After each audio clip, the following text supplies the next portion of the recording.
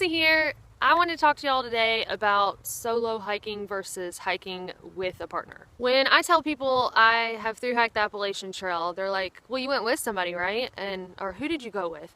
And I'm like, oh, I went by myself. And they're like, what? But you're a girl. And I'm like, am I really? Just kidding, but not really. And then I always hear, but weren't you scared? Not really. I mean, of course, there are things about going on a 6-month through hike that's going to make you a little bit nervous, but I don't think scared is the right word. In fact, there are really some awesome things about hiking solo, and then there are also some benefits to hiking with a partner or several people. And when I started my through hike, I actually intended to be alone. I wanted time to think, time to get to know myself better, you know, whatever. And then a wonderful thing happened. I actually met a lot of great people. So even if you choose to hike the Appalachian Trail solo, you're not really going to be alone unless you just try to, especially at the beginning, because there are so many people out there. And it was really good for me that I met a lot of people at the beginning because they were able to help me. You know, I was far less experienced than all of the people around me, and they were able to kind of pitch in, and we all helped each other out and learned things from one another, and kind of created a tramily, you know, a trail family. So fortunately, even though I didn't start with a hiking partner, I actually had the best of both worlds and experienced hiking solo and hiking with others. If you're one of the people that are like, I would really like to hike the Appalachian Trail, but I can't get anybody to go with me, so I'm just gonna stay home. Don't stay at home just because you're gonna hike solo. Don't do it. And don't go beg just any old Joe to hike with you, because this is a pretty big commitment, you know, hiking with somebody for 6 months. Instead, let's go over some of the benefits of being solo, and you might appreciate being alone. The first benefit is flexibility. I mean, you don't have to worry about anybody but yourself. You can do whatever you want to, whenever you want to, and when have you had that much freedom in your life? So embrace it and enjoy it. You're like, self, can I take a 0 day today and just sit at the hotel room and kick my feet up and maybe drink a glass of wine and not hike? And you're like, you know what, self, I think that'll be okay. So you don't have to get anybody's permission. You just do what you want to. If you want to hike 20 miles that day and then change your mind and end up hiking 15, you only have to consult yourself. So there is a lot of flexibility in being a solo hiker, and it's really wonderful. And the alone time, you know, just having time to relax, and you can kind of, when you're solo, you can kind of mesh in with some people for a little while and hike with them and talk to them and get your, you know, socialization out of your system. And then if you're like, you know what, people are getting on my nerves today, you can just put some earbuds in and go off and do your own thing. And then lodging availability. You might, especially at the beginning, get to a hostel that's like cram packed, and you walk up to it and you're like, do you have room for one more? And they might be like, you know, not really, but we'll squeeze you in. You might have to sleep, you know, in a floor spot, but you're just so happy to get in there. Or maybe there are a group of people, they've got a hotel room, and there are 2 of them, and they've got room, you know, for you to squeeze in.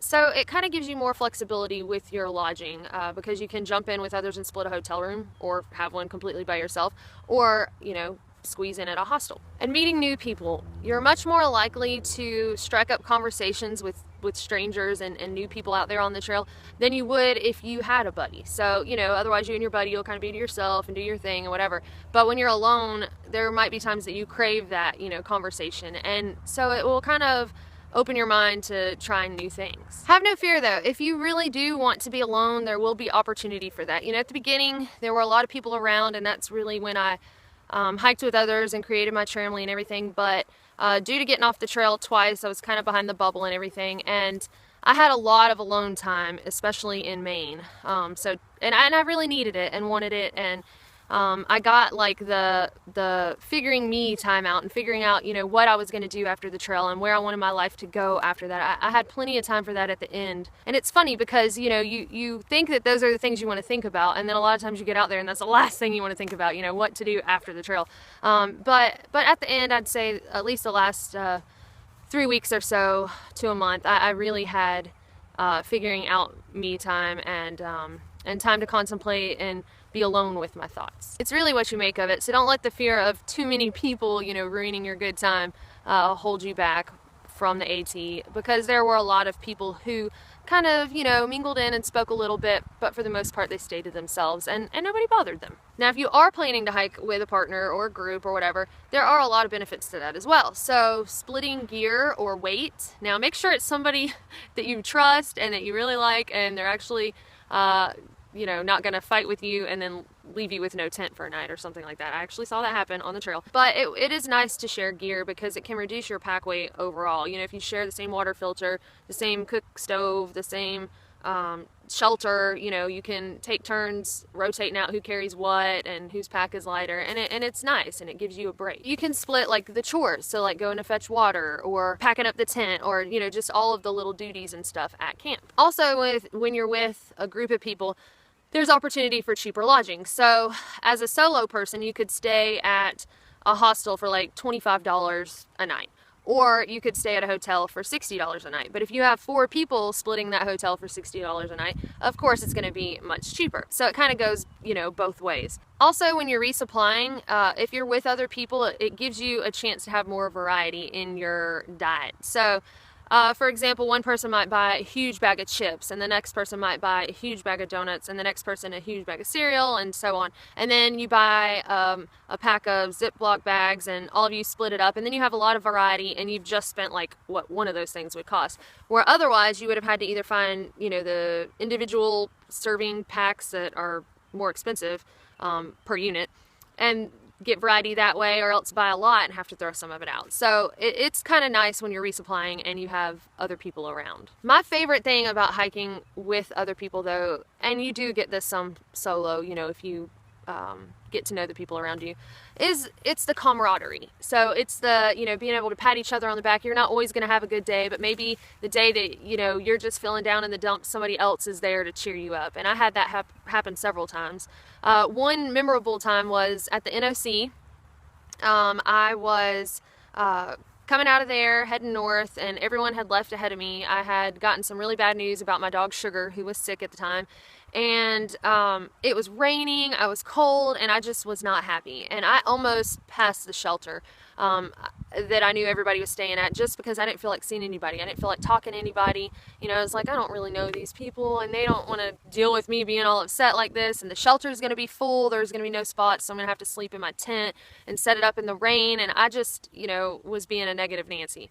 And before I ever even got to the shelter, 2 of my soon-to-be Tramley members, you know, we were just kind of getting it formed at this point, they came down and they said, Dixie, you know, we were so worried about you. Like, it's not like you to make it to the shelter so late and a lot later than Riga. Y'all always show up together. So when she got here, we were worried about you.